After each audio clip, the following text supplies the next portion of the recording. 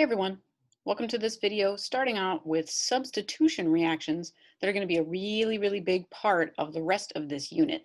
We're going to learn two substitution reactions today, and then we're going to learn a couple of reactions later on called elimination reactions that will kind of go hand in hand with these two reactions to create a little suite of four reactions that are all kind of interrelated that form the basis for the rest of this entire unit. So we're going to start on some really important stuff here. You may need to watch this video a couple of times through just to really practice and get everything out of it that you can. So let's get started by talking about what the heck a substitution reaction is. It's kind of, I don't want to say obvious, but the name implies something, that we are going to substitute something for something else.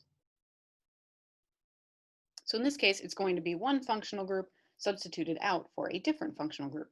So we're still going to have our favorite two players in this reaction, our nucleophile and our electrophile. So that won't really change at all. But instead of looking for what we did in the previous units, a proton, that was our electrophile that our alkene was going to react with, we're now going to look for something called a leaving group. We'll talk more about that later, but we want to find a leaving group present somewhere on our electrophile. So instead of just drawing this little E plus here, I'm going to make that a little bit more specific and draw out something that has just some random carbons on it. It doesn't really matter, but we're going to abbreviate leaving group as LG, or leaving group. And then this whole molecule here is our electrophile. So we're going to have some nucleophile. We're going to have an electrophile with a leaving group on it. That's going to be really important. And then they're going to do this substitution reaction where we're going to substitute the nucleophile for what you might be able to guess, the leaving group, because it leaves, right? So that's a part of the name there. We're going to keep our same number of carbons, and then we're going to, instead of having that leaving group in that same position, we'll now have our nucleophile, and our leaving group will be off here somewhere, usually with a negative charge. So that's kind of the overall super general reaction of a substitution. We still have our same players, but now we're just substituting instead of adding something on. So the previous reactions we learned are addition reactions, and now we're substituting. So there are two types of substitution, as I mentioned earlier, that we're going to learn about both of them today. And the difference in type of substitution reaction is based on the differences in the mechanism. So we have one type called SN1 and one type called SN2. And so the S and N stand for substitution nucleophilic, and then the number has to do with the mechanism. So we'll talk a little bit more about this as we go through, but the number has to deal with the number of molecules that are present in the rate limiting step of the mechanism. So this kind of goes back to rate laws. Don't worry, you won't be asked to do anything with rate laws. You'll just need to know the difference between SN1 and SN2 and their mechanisms. So let's dive right in and start talking about SN1. So you can see up here at the top, this is our general reaction for SN1. And so this looks a lot like what we drew on the previous page, right? Except I've given some stereochemistry here. So we'll talk more about that in a moment. The other thing that I want to mention is that we have some nucleophile, and I've given you a little caveat to that nucleophile, that it is a weak nucleophile. So we'll talk more about what makes this weak after we look at the mechanism. But for now, you need to know that it's a nucleophile, but it's not that good of a nucleophile. It's only an okay nucleophile.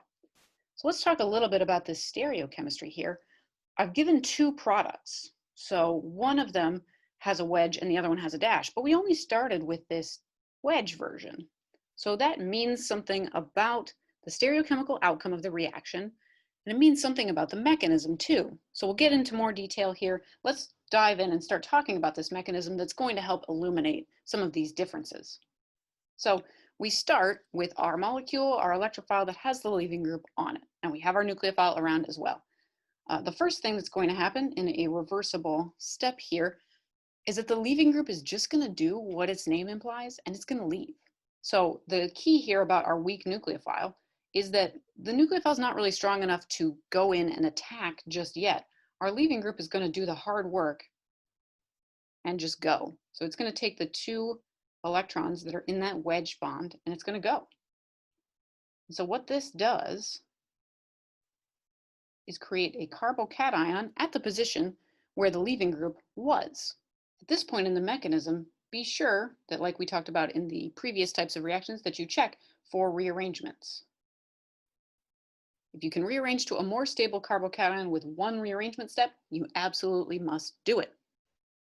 So now that we've made this carbocation, that's a little bit familiar to us, right, already, because we know that that's what happens in our addition reactions. We make a carbocation and then something comes in and attacks it. And that's exactly what we're going to do here. We have our weak nucleophile that I'm going to draw with an H on it to just show something about the charge that happens to be on that nucleophile. More on that in a moment. But that nucleophile has a proton and a pair of electrons. And so it's going to come in with that pair of electrons and attack at our very good electrophile. So now that carbocation is really electrophilic. It was more electrophilic than this carbon when it was still bonded to the leaving group. So now the weak nucleophile is like, oh, okay, that's a level of strength that I can do. I'm not very strong, but I'm strong enough to attack that carbocation. And then we get to a product that looks like this. Now that that nucleophile has used up its pair of electrons, it's almost always going to have a positive charge. And you'll see when we do some examples at the end of this video what this H is doing there. I just want to show it really generally to start with. But it's not happy. It doesn't want to have that positive charge. So we have to do at the very end a little acid-base step. And you can use a lot of different things for this. You might use the leaving group. You might use more of the nucleophile. Just need something that's a base. And we'll use that to take off this proton. Don't forget that second arrow to restore the pair of electrons onto our nucleophile. And then here we are at the product where we made that NUC.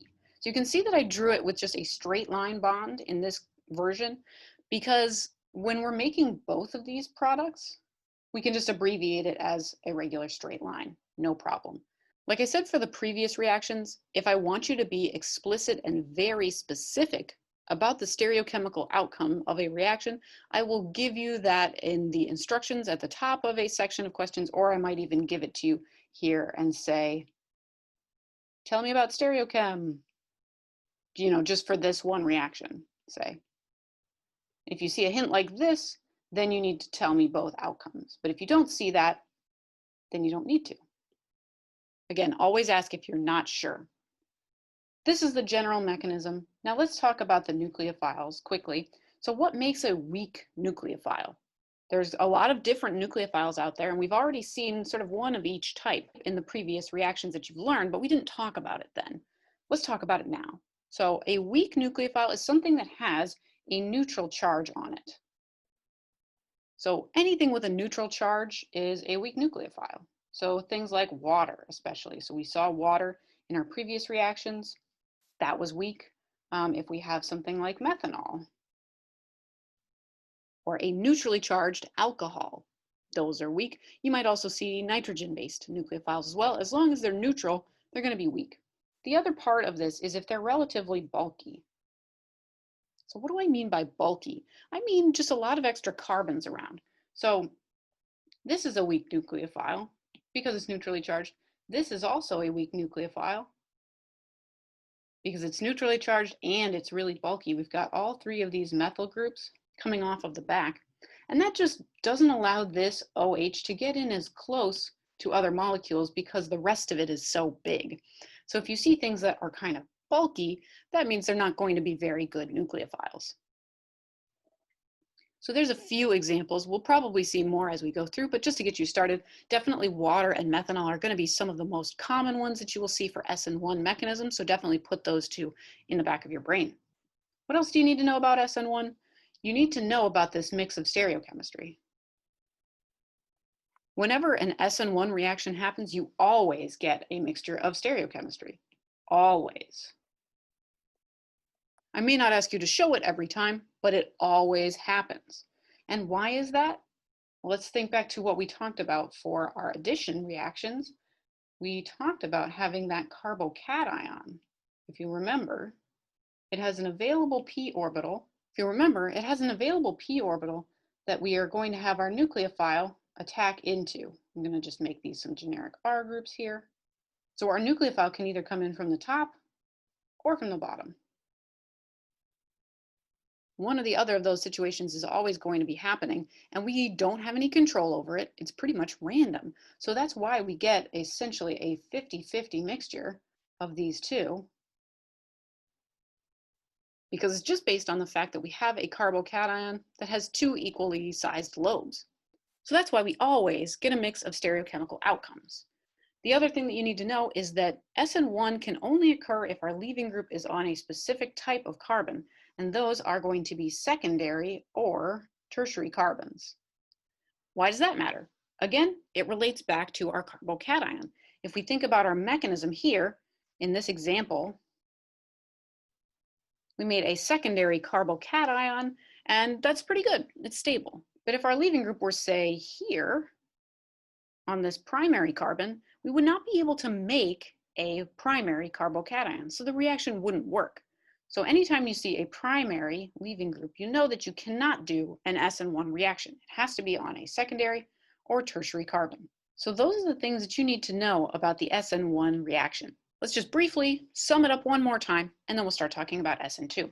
So in the SN1 general reaction, we have a weak nucleophile that's going to give us a 50-50 mixture of stereochemical outcomes. Before you dive into the mechanism of any SN1 reaction, you should ask yourself about the substitution of your leaving group. Is it on a secondary or tertiary carbon? Good. If it is, then proceed with the mechanism. If it's on a primary carbon, ask yourself if some other reaction wouldn't happen here instead. So once we've confirmed that, the first thing that happens is that our leaving group leaves and forms our carbocation. At that point, you absolutely must check for the possibility of rearrangements to make sure you have the most stable possible carbocation. Then the nucleophile comes in and performs a nucleophilic attack on our carbocation, and then that nucleophile probably has a proton that we need to remove in order to make a nice neutral product. So we have to do an acid-base step at the end just to get rid of that and make it nice and happy and neutral. So there you have it. That's the SN1 reaction. The mechanism where we form a carbocation is most similar to the addition reactions that we've already learned, so I wanted to start with this one first. It's a couple of steps, and there's some factors that you need to know about, but let's compare that to the SN2 reaction and see what's different and what's the same. Again, we're still substituting, but now we're doing it in a slightly different way. If you look at the general reaction up here at the top, we have some leaving group available. It's the same exact molecule, in fact, and this time we have a nucleophile that has been labeled strong, whatever that means. Again, we'll talk about it in a moment. And now we only get one outcome. We only get one possible product here. So that's a little bit different, isn't it? Let's see why that is by diving into our mechanism. So when we start off, we have exactly the same molecule here. We have some leaving group, and then we have our strong nucleophile. The fact that our nucleophile is strong has to do with the charge. We'll get to that in a moment. But because it's strong, it doesn't need a carbocation to be formed. It's strong enough to get right into that electrophilic center, or our electrophilic carbon, without us having to do anything else.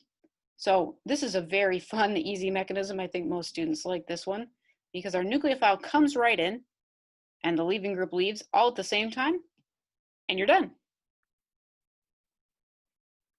There you go. That's it. That's the mechanism for SN2. It is a single step that involves two arrows every time.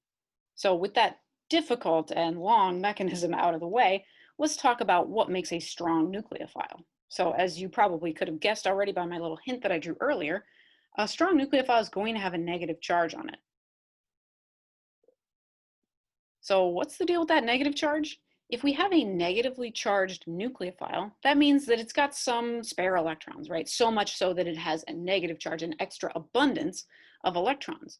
Those electrons are going to be repelling each other. They're not really super stable. So what we would rather do with those electrons is get in to share them with an electrophile, right? So our nucleophile is going to find a nucleus so that it can share those electrons and make a new covalent bond. Because of the repulsions, it's less stable, so that means it's more reactive. And that means we don't need to make a carbocation. We just go right in and do the reaction without having to do anything ahead of time. So a couple of really common nucleophiles that you will see are CN-, that is cyanide or a nitrile, whichever one you prefer. The other one that you might see commonly is N3-, and that is azide. The thing about these two nucleophiles is that they're super common, and because they're common, we like to abbreviate them just CN or N3. But I might ask you what the Lewis structure of those particular nucleophiles is, so that might be a good thing to know. You can't see it because there's no video on, but I'm winking when I say it. That might be a good thing to know. The other part about making a strong nucleophile is it's something that is not bulky. So we had one example of a bulky nucleophile in the SN1 category, but now we want them to not be bulky. Now, why would that be? That's because the nucleophile has to get right in here and do this attack straight away. So if it is really big and bulky, that means that it's not going to be able to get in there and do that because there's going to be too many big branchy carbons in the way. And so we don't want that. So if you're looking for something else that's, a slimmer nucleophile, you might go with something like this, CH3O minus. Whereas if we had this example from before, that is really bulky. We don't want that. That, in fact, will do a totally different reaction under these conditions. So we definitely don't want that one. We want them to be small. Sort of think like an arrow, right? An arrow that can get right into the target. It's just a slim, sometimes only linear, right? But they're very small and thin. So that's the kind of idea that we're getting at here. We want something that will just be able to get right in there and do this reaction straight away. What else do you need to know about SN2? Well, we need to talk about the stereochemistry aspect that I sort of glazed over earlier, but this is a very important piece of SN2, is that it is a stereospecific reaction. And so what the heck do I mean by that? If you have a stereospecific reaction, it means the stereochemistry in your starting material determines the stereochemistry in your product. So for the SN2 reaction, it is stereospecific, meaning that whatever stereochemistry we start with at the beginning gets inverted over here in the product. So we'll draw that, and you will usually write this with this phrase, inversion of configuration. So you can see that we started with our leaving group on a wedge here to begin with, and then we ended up with our nucleophile coming in at a dash. Now, why does that have to be the case? In order to do this in one step, you can't have the nucleophile coming in from the same place where the leaving group already is. It has to come in from the opposite side, just for like literally what are some obvious spatial reasonings, right? If you were trying to move a big box out of a doorway, or say like a piano, if you're in a cartoon, you're trying to move a big piano out of a doorway. No, you don't want anyone trying to come in that doorway while you're moving this big thing out, right? You would rather, if they needed to come in, that they would come in behind you from the other direction. So we like to draw a little cartoon for this that shows the way this is happening in space. So I'm going to redraw this molecule here. Okay, so that's a little bit of a strange redrawing. I've oriented it specifically in space so that the leaving group is in the plane of the page and we can show where the nucleophile has to come in from. Don't worry about having to redraw anything like this yourself. You will not be asked to do this. This is just for demonstration purposes. So in order for the leaving group to be able to leave, like so, the nucleophile must come in, but it must come in from that backwards direction, like I mentioned before. So here's our nucleophile with its electrons. That has to be coming in from behind. So what happens here is that the arrangement of the other groups in space, so that's this group here, this carbon group, our methyl group, and this hydrogen, doesn't change, but the position of our nucleophile relative to the leaving group has changed. Usually, nucleophiles and leaving groups are going to be the highest priority item on any stereo center. And so that means if you have it pointing in the opposite direction, when you go to assign it, you will have switched an R to an S or an S to an R. That's what we mean by inversion of configuration. If we had an S center to start with, every time after we do an SN2 reaction, it will always have switched to R. So that's a brief outline of the stereospecificity of the SN2 reaction. We'll get more practice with this later on.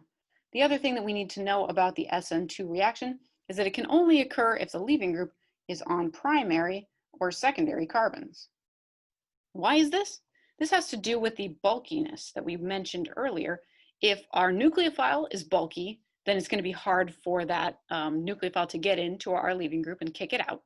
And if the leaving group is in a bulky spot, then it's still hard for the nucleophile to get in and kick the leaving group out.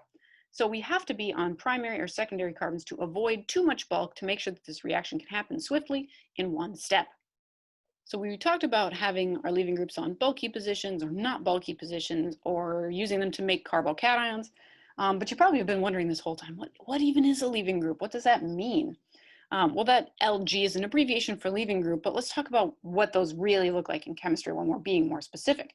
It's any group that has the ability to stabilize either a pair of electrons or a full-on negative charge when it's off by itself. So why might that be important? That's what's going to help the reaction actually take place. If we go up to our SN1 mechanism, in the very first step of the SN1 mechanism, the leaving group has to leave, which means that that has to be a favorable step to do. And that means that the leaving group has to be off on its own, stabilizing either a lone pair of electrons or a full-on negative charge. And then if we think about an SN2, oops, I forgot to draw it in here, right? But our nucleophile comes in and attacks, and then our leaving group is left out by itself, right? So in order for it to be favorable to break this bond that we're breaking right here in our second arrow, that leaving group has to be okay on its own, right? If it's not okay on its own, it's going to have a much stronger bond to carbon, and this reaction wouldn't be able to take place. So that's why it's important for a leaving group to be able to stabilize this type of charge. And it's going to do that through two primary methods that go back to our factors, if we remember the factors from the acid-base unit, electronegativity and resonance. If a leaving group has a strong amount of one of these two factors, then yeah, it's going to be able to just kind of go off on its own and be a happy, stable ion or neutral molecule that doesn't need to be a part of the original electrophile anymore. Let's look at some examples of this. Let's start looking at these and determine which of the two factors mostly help stabilize the charge on these leaving groups. So what I've done here is drawn whatever the leaving group is, and then I've drawn a bond here that represents the bond to the rest of the electrophile. And then this little squiggly line here just shows that there's some more stuff down there, but it doesn't matter. That's not what we need to care about. What we need to care about is just this group or this group, basically whatever's on top of this bond here. We need to think about that piece as having left with a negative charge or a pair of electrons. So let's start off by looking at chlorine. Answer the video question, which of these two factors helps stabilize chlorine when it's off on its own? So hopefully you're thinking about the relatively high electronegativity of chlorine, and it doesn't have any ability to resonate, so that one doesn't really apply here. What about this next one? So that's the whole, we're looking at that whole group right there. Which factor helps stabilize this group when it's off on its own? So that big benzene ring with that methyl group at the end offers some nice ability to resonate here. If we think about having a pair of electrons on this oxygen, they can come down here because we have the single bond, double bond pattern that we need in order to have resonance. And then once we do that, we could actually resonate it all the way down this benzene ring. So this is a fancy resonance-based leaving group that is called tosylate, but you don't need to know that, and you won't even actually be asked to draw this whole thing. We're just going to start calling this by its new nickname, which is OTS. That's a capital T, lowercase s. And so what that means is that O is this O, and then the other part is TS. So if you see OTS, you know that that is a resonance-based good leaving group. Next, we have bromine. Answer the video question, which of the two factors best applies to the leaving group ability of bromine? Again, being a halogen, it has a relatively high electronegativity, but no ability to resonate. So this one is an electronegativity stabilized leaving group. Same thing can be said for iodine. Again, it's a halogen with a relatively high electronegativity, but no ability to resonate. Now what about this last one? We have an O bonded to a double bonded O and then an extra carbon off in the end. Which do we think of the two factors helps stabilize this group as a leaving group? Hopefully you're getting the idea here that we do have the ability to resonate with this molecule as well. If we think about a pair of electrons on this oxygen, we have that single bond, double bond pattern that we need to resonate. So this one is resonance stabilized. You could also make an argument that oxygen itself is fairly electronegative, So there's also an electronegativity stabilization here that makes this a really nice leaving group. Again, this one is not too big, but you won't be asked to draw this. You will be asked to recognize another nickname for this. This is the conjugate base of acetic acid, so we call this acetate, which we abbreviate as OAC. So that O is for this O, and then acetate is for this piece here. So there's a few of our absolute favorite leaving groups. These are the ones that you're going to be seeing all the time. I'm not going to try to be too tricky and bring in some really weird leaving group that you've never seen before. It's most of the time going to be one of these. But there will be some times where I might ask you which one is a better leaving group. We'll talk more about that in a different video. So let's look at some practice examples, shall we? Let's start off with a couple of SN1 reactions. So on a homework or a test, I may not exactly tell you if it's going to be an SN1 reaction or an SN2 reaction, but just to get started, let's go ahead and assume that these three on this page are all going to be SN1 reactions. So if we take this molecule here that has a chloride on it, right, and subject that to H2O, what is going to be the product? We're thinking about an SN1 reaction here, so we want to double check and make sure everything's going to be above board with our carbocation. If we look at where our leaving group is, right, that's got to be our leaving group because it's a chloride that we talked about on the previous slide. And also, if you want to think about it this way, there's nothing else interesting here at all, so that has to be our leaving group. It is on a secondary carbon, so that means we're okay to do SN1, no problem. So choose the way you want to process these predict the product questions. If you want to just predict it right away, feel free. I would recommend, again, for the SN1 predict the products to make a little just doodle down at the bottom of your expected carbocation so that you can check yourself for any rearrangements necessary. Now, answer the video question, can we rearrange this carbocation to a more stable carbocation? Nope. The only thing we could do is rearrange it to be a different secondary carbocation, and there's really no motivation for us to do that. So this will just go ahead and get substituted straight away with our H2O, and then that will look something like this. Right, so that will be what happens immediately after water attacks, but then we'll do our acid-base step to pull one of those protons off and leave us with an OH group. So how did that one feel? Hopefully not too bad. Let's try this next one. Go ahead and pause the video here and make yourself a prediction of what the structure of our product is. All right, I hope you've got a nice guess. Let's take a look at this molecule and analyze whether we're okay to do SN1 here. So identify your leaving group. There it is, there's our friend OAC. And then there's nothing else on this molecule that looks anything like a leaving group, so that's fine. Now let's think about where that OAC is. This is also on a secondary carbon. So that's definitely good for a carbocation. We can go ahead and draw a little doodle of that down here. So here's our secondary carbocation. Don't forget that methyl group. And now, answer the video question, is there a rearrangement we could do to get to a more stable carbocation? Yes, there is. We can see, I'm just going to scoot this over a little bit here. We can see that next to our secondary carbocation, we have this tertiary center. And that means that there is a hydrogen here that we could move over. I'm not going to draw the arrows for this just to save space. But we could rearrange that hydrogen to the secondary position and put the carbocation at our tertiary position. So because we can do that in one step, we absolutely must do it. That means our nucleophile is going to end up maybe in a different place than you would expect if you just quickly looked at this starting material. So from here, now we can predict that the product will end up at that tertiary center. Our methyl group is still there, and it will look something like this. Again, we would have that proton from methanol still attached to the oxygen, and then it's removed in an acid-base step. Practice through the mechanisms for these example problems if you're not sure exactly where everything is ending up. So how did you do? Did you predict this one correctly? The last one, now I've given you a hint about stereochemistry here.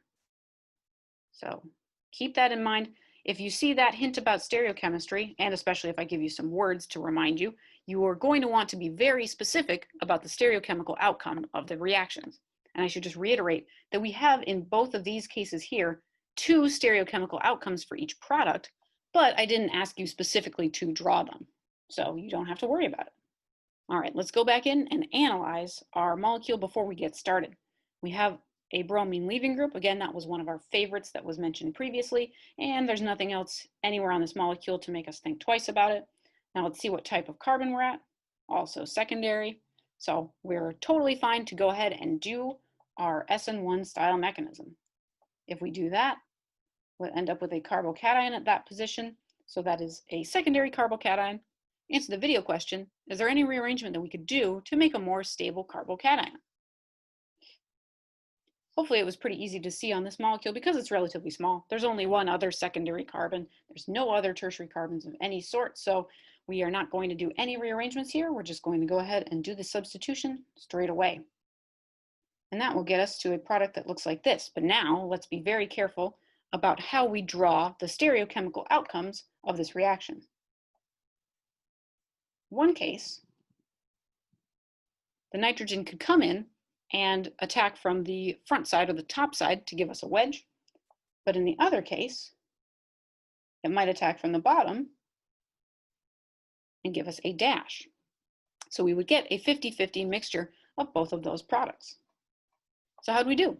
Hopefully you're starting to feel more confident about predicting the products of these types of reactions. Let's move on to some SN2 reactions and see how these are different. So when we think about our SN2 reaction, we want to analyze our molecules the same way that we did, but now we're looking for slightly different things. In both cases, we still want to make sure we have a good leaving group. So here's our kind of goofy looking OTS group. That's a good leaving group, and there's nothing else out here. So we're good. Now let's think about the carbon at which our leaving group is. That is a secondary carbon, so we're all set there. It's not a forbidden reaction. We can do this at primary or secondary carbons, so we're good to go. And we don't even need to think anything much about predicting a carbocation here because that doesn't happen in this mechanism. So as soon as we are familiar with our nucleophile, we can go ahead and do the reaction straight away. But let's look at the nucleophile. So now these are listed a little bit differently than they were in the examples. I've given you the whole salt here. So I've given you NaCN. If you're not sure where to break up these salts, please send me an email and let me know so that I can help you get some reminders from Gen Chem about how we do this. Sodium is going to be always a +1 charge, which means that whatever comes after it, Cn, has a negative charge. And you should be very careful to note that that C is the atom that has the negative charge. It is not the N. The carbon is the negatively charged atom. So then feel free to practice drawing your arrows if you would like, but you don't even need to in order to predict this product. We're just going to have that carbon come in and attach to the same spot where our leaving group was, like so. Again, drawing the bond to that carbon because the carbon is the one that made the bond there, not the nitrogen. And that's it. If I had given you some stereochemistry here to be thinking about, then you'd have to consider that in the product. But that's it. We just substituted one for the other. Let's try another one. Go ahead and pause the video here. Predict what the outcome of this reaction might be.